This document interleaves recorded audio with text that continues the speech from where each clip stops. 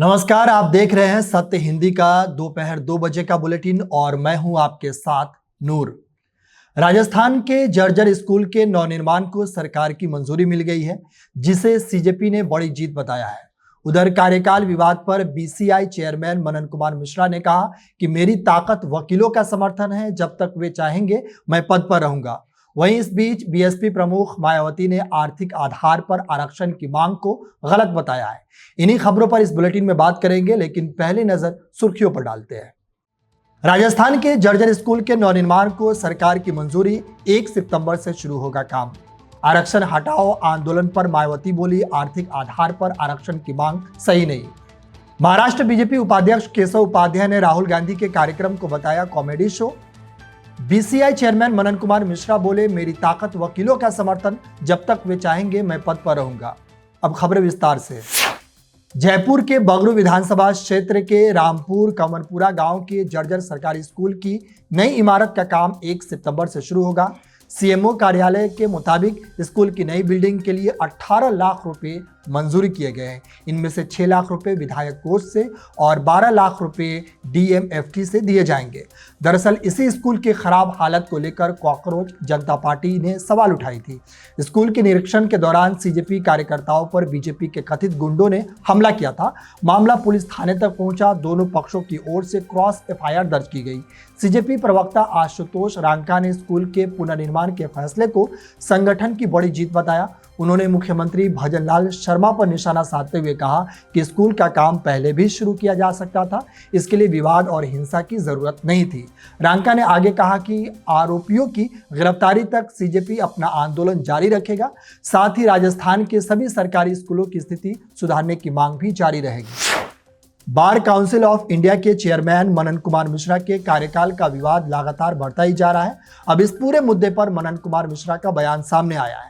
मनन कुमार मिश्रा ने इन आरोपों को सिरे से खारिज करते हुए कहा कि वो एक निर्वाचित प्रतिनिधि है और उन्हें बीसीआई में न तो मनोनीत किया गया था और न ही किसी अन्य तरीके से नियुक्त किया गया है।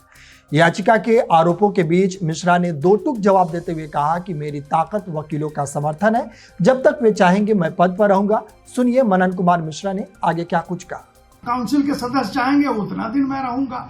ये लोगों को कुछ खुंदक लग गई कि अब मनन मिश्रा को ऐसे नहीं तो कोर्ट के फोरम से ही हटा दो। मुझे नहीं लगता है कि कोर्ट के फोरम का कोई अधिकार बनता है, चाहे कोर्ट का इसमें कोई जुरिडिक्शन है कि ऐसे पीआईएल को फालतू पीआईएल को इंटरटेन भी करे। मैं नहीं समझता हूं कि इंटरटेन करेगा कोर्ट। यहाँ के फोरम से अरे भाई किसी को लड़ना है चुनाव आइए, आके चुनाव स्टेट का लड़िए, फिर बीसीआई का लड़िए, फिर अध्यक्ष का लड़िए। ये 3-3 स्टेप पे लड़ाई होती है। मर्द की तरह आके लड़िए, आमने सामने आके लड़िए, मनन मिश्रा को डिफीट कर दीजिए। लेकिन वो नहीं हो रहा है। अब उससे हार गए, मैदान में नहीं जा सकते, वोटर के बीच में नहीं जा सकते, तो सोशल मीडिया की लड़ाई, पीआईएल की लड़ाई, इससे मनन मिश्रा नहीं हटने को है। मनन मिश्रा को जब तक देश का वोटर, देश का वकील जब तक चाहेगा कि वो अध्यक्ष रहें, तब तक मनन मिश्रा रहेगा।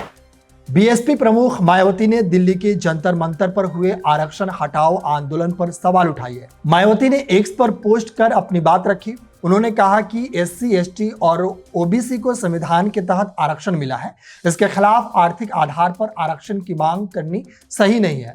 मायावती ने आगे कहा कि इन समुदायों ने लंबे समय तक जातिगत भेदभाव झेला है, सामाजिक असमानता का भी सामना किया है, इसी वजह से आरक्षण की व्यवस्था की गई है। मायावती ने आगे कहा कि आरक्षण को कमजोर करने वाले कोई कदम नहीं उठाना चाहिए, इससे बराबरी वाले समाज का संवैधानिक लक्ष्य प्रभावित हो सकता है। इतना ही नहीं, आर्थिक आधार पर आरक्षण की मांग पर भी मायावती ने सवाल उठाए। उन्होंने कहा कि गरीबों के लिए सरकार पहले से कई योजनाएं चला रही है। अगर इन योजनाओं का फायदा गरीबों तक नहीं पहुंच रहा है तो इसकी जिम्मेदारी और जवाबदेही सरकारी व्यवस्था और इसमें मौजूद भ्रष्टाचार की है। केंद्रीय मंत्री चिराग पासवान ने कहा कि किसी की मांग पर आरक्षण खत्म नहीं किया जा सकता। उन्होंने कहा कि आरक्षण कोई खैरात नहीं बल्कि संवैधानिक अधिकार है। इसका मकसद उन समुदायों को सामाजिक मुख्यधारा में लाना है जिन्होंने पीढ़ियों तक भेदभाव झेला है। चिराग पासवान ने जंतर मंतर पर आरक्षण खत्म करने की मांग को लेकर चल रहे प्रदर्शन पर कहा कि हर मुद्दे का समाधान बातचीत से निकाला जा सकता है। उन्होंने आगे कहा कि प्रदर्शनकारियों से चर्चा कर आरक्षण की जरूरत और उसके उद्देश्यों को समझाया जा सकता है। उन्होंने ये भी कहा कि समाज से भेदभाव आज भी मौजूद है, इसलिए सामाजिक न्याय पर चर्चा जरूरी है। उत्तर प्रदेश के पूर्व मुख्यमंत्री अखिलेश यादव ने आरक्षण को लेकर बीजेपी और उसके सहयोगियों पर जमकर निशाना साधा है। अखिलेश ने कहा कि आरक्षण सुधार के नाम पर आरक्षण खत्म करने की साजिश की जा रही है। उन्होंने आगे कहा कि आरक्षण पीड़ित समाज का अधिकार है, किसी की इच्छा का विषय नहीं है। अखिलेश के मुताबिक बीजेपी और उसके सहयोगी कभी समीक्षा, कभी सुधार और कभी क्रीमी लेयर जैसे शब्दों के जरिए आरक्षण का विरोध करते हैं। उन्होंने आगे कहा कि आरक्षण से जुड़े अधिकारों को कमजोर करने की कोशिश लगातार अलग अलग रूप से की जा रही है। अखिलेश ने साफ कहा कि आरक्षण था, आरक्षण है और आरक्षण रहेगा। दरअसल पिछले 2 दिनों से दिल्ली के जंतर मंतर पर आरक्षण नीति की समीक्षा की मांग को लेकर प्रदर्शन हो रहे हैं। प्रदर्शनकारी आरक्षण का आधार जाति के बजाय आर्थिक स्थिति करने की भी मांग कर रहे हैं। महाराष्ट्र बीजेपी के उपाध्यक्ष केशव उपाध्याय ने राहुल गांधी के पुणे कार्यक्रम को शानदार कॉमेडी शो बताया है। उन्होंने एक्स पर पोस्ट करते हुए कहा कि राहुल गांधी के छात्रों की गूंज कार्यक्रम पर सवाल उठाया और कहा कि पुणे में छात्रों की गूंज के नाम पर राहुल गांधी का एक और राजनीतिक कार्यक्रम हुआ। भाषण बड़े बड़े थे और आरोप पुराने, और राहुल गांधी की कथनी और करनी का फर्क एक बार फिर से दिख गया है। उन्होंने राहुल गांधी के मनुवादी सोच की जड़ से खत्म करने वाले बयान पर भी सवाल उठाया। महिलाओं को आरक्षण देने का विरोध किसने किया? कांग्रेस ने। आदिवासी महिला द्रौपदी मुर्मू की राष्ट्रपति पद की उम्मीदवारी का विरोध किसने किया? कांग्रेस ने। उपाध्याय ने यह भी कहा कि 3 तलाक के खिलाफ कानून का विरोध किसने किया? कांग्रेस ने किया। इसलिए जब मनुवाद की बात आती है तो आईना कांग्रेस की तरफ ही मुड़ता है। उपाध्याय ने आरोप लगाया कि छात्रों को विचार रखने का मंच देने के बजाय कॉलेज बसों में भीड़ लाकर राजनीतिक भाषण सुनाना और उसे छात्रों की गूंज कहना लोकतंत्र के नाम पर सिर्फ एक राजनीतिक दिखावा है। बुलेटिन में और भी खबरें हैं। राहुल गांधी का पितृसत्ता पर हमला, बोले महिलाएं किसी की संपत्ति नहीं। राष्ट्रगान के बीच रवाना हुए यूपी विधानसभा के स्पीकर सतीश महाना, वीडियो से मचा बवाल। मणिपुर में जनगणना से पहले एनआरसी की मांग तेज, इंफाल में महिलाओं की मसाल रैली। टैरिफ विवाद में ट्रंप का कनाडा पर पलटवार, बोले 91 राज्य जैसे फायदे चाहते हैं।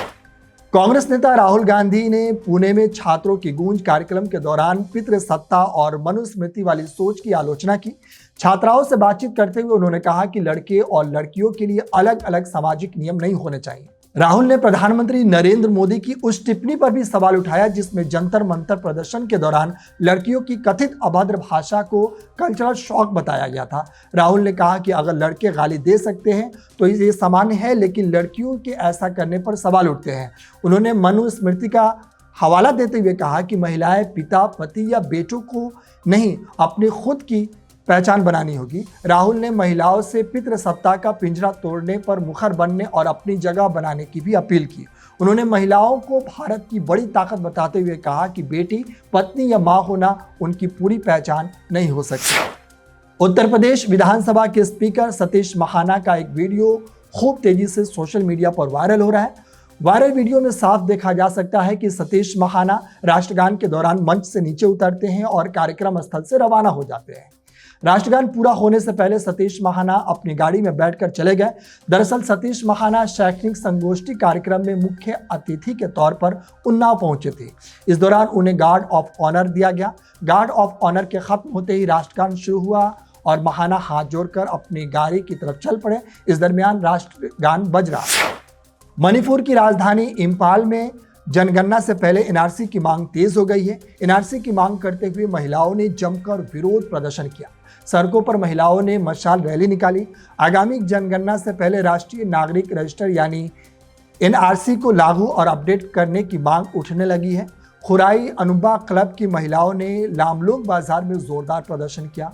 प्रदर्शनकारी महिलाओं ने कहा कि जनगणना की प्रक्रिया शुरू होने से पहले उनकी चिंताओं का समाधान किया जाना चाहिए। इतना ही नहीं, महिलाओं ने प्रशासन से एनआरसी को लेकर स्पष्ट कदम उठाने और प्रक्रिया को ट्रांसपेरेंट बनाने की भी अपील की।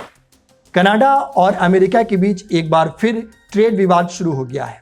राष्ट्रपति डोनाल्ड ट्रंप ने कनाडा पर पलटवार करते हुए उस पर ज्यादा मांगे रखने का आरोप लगाया। ट्रंप ने social media platform truth social पर कनाडा को अमेरिका का 51वां राज्य बनाने वाली अपनी पुरानी टिप्पणी भी दोहराई। उन्होंने कहा कि कनाडा बिना राज्य बने ही अमेरिका के एक राज्य जैसे फायदा उठाना चाहता है। ट्रंप ने यह भी आरोप लगाया कि कनाडा कई सालों से अमेरिकी किसानों पर भारी टैरिफ लगा रहा है। ये बयान कनाडा के प्रधानमंत्री मार्क कार्नी के उस टिप्पणी के बाद आया जिसमें उन्होंने कहा था कि अमेरिका के 50% टैरिफ का जवाब कनाडा डॉलर के बदले डॉलर की कार्रवाई से देगा। उन्होंने इसे कनाडा पर हमला बताया। बता दें कि ट्रंप बातचीत विफल होने के बाद ट्रंप ने कनाडा पर 50% टैरिफ लगाने की घोषणा की थी। प्रधानमंत्री मार्क कार्नी ने अमेरिका के नए टैरिफ को बड़ा मिस कैलकुलेशन बताया है। उन्होंने कहा कि इसका मकसद कनाडा को नुकसान पहुंचाना और बांटना है। अमेरिका कनाडा के बीच व्यापार वार्ता नाकाम होने के बाद दोनों देशों के रिश्तों में तनाव बढ़ गया है। कार्नी ने कहा कि अमेरिका ने बहुत ज़्यादा मांगे की है और बदले में बहुत कम देने की पेशकश की है। उन्होंने ऐलान किया कि कनाडा 8 सितंबर से अमेरिका की टैरिफ का डॉलर फॉर डॉलर जवाब देगा। इसमें स्टील, डेयरी सामान, घरेलू उपकरण और इलेक्ट्रॉनिक सामान भी होंगे। बता दें कि बातचीत विफल होने के बाद अमेरिका ने कनाडा से आने वाले कई सामानों पर 50% नया टैरिफ लगाया है।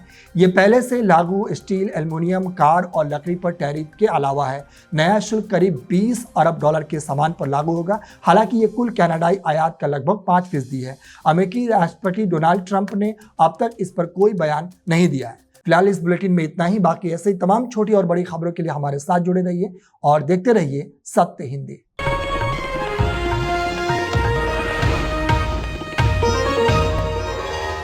Copyright disclaimer under Section 107 of the Copyright Act 1976. Allowance is made for fair use for purposes such as criticism, comment, news reporting, scholarship, and research. Fair use is a use permitted by copyright statute that might otherwise be infringing.